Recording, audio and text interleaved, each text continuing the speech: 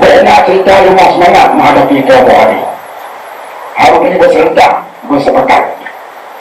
Maka caranya bagaimana? Tentu dua cara tentu. Pertama, urun daya tamam dalam seluruh lini. Ia bertantung. Dalam semua lini harus nak urun daya. Tapi dia urun tengah mat daya. Urun tengah mat daya, jaga daya juga. Fokus di daya. Cetak kader ulama. Yang anak mudanya hanjir juga ngomong. Hanjir ubin sehari hanya minta bu apa-apa.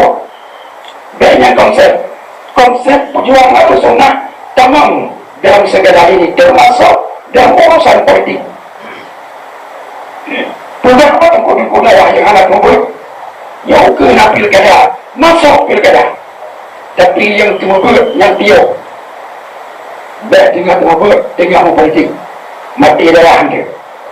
Yang anak membuat, hanjir tinggal dia masuk di mana ada celah untuk kita masuk, termasuk dalam pemerintahan kalau ada celah masuk. Jangan buang-buang kesempatan.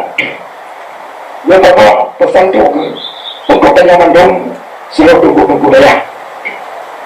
Yang kedua, pada Ahlus Sunnah di Aceh dengan kuasai majelis taklim mulai dari tingkat kampung sampai ke kota. Ini pertahanan Ahlus Sunnah. Maka kuasai kampung-kampung dan kota-kota. Pengajiannya harus berudit pengajian Ahlus Sunnah wal Jamaah. Jadi yang bersandung kepada tengku-tengku yang muda ini kena butuh. Jadi untuk dilaksanakan dengan sebaik-baiknya, insya Allah menyalurkan pesannya bisa dilaksanakan. Insya Allah Ahlus Sunnah wal Jamaah tetap berkibar di Aceh. Ya kentu. Ya pesan itu paling betul orang jangan cukup dengan gedenya-gedenya hanya mantan yang dengar orang. Tolong juga disampaikan kepada saudara-saudaranya yang orang mungkin ada hadir tempat di berbahagianya. Yang kedua, kalau ada saudara menurut dengan yang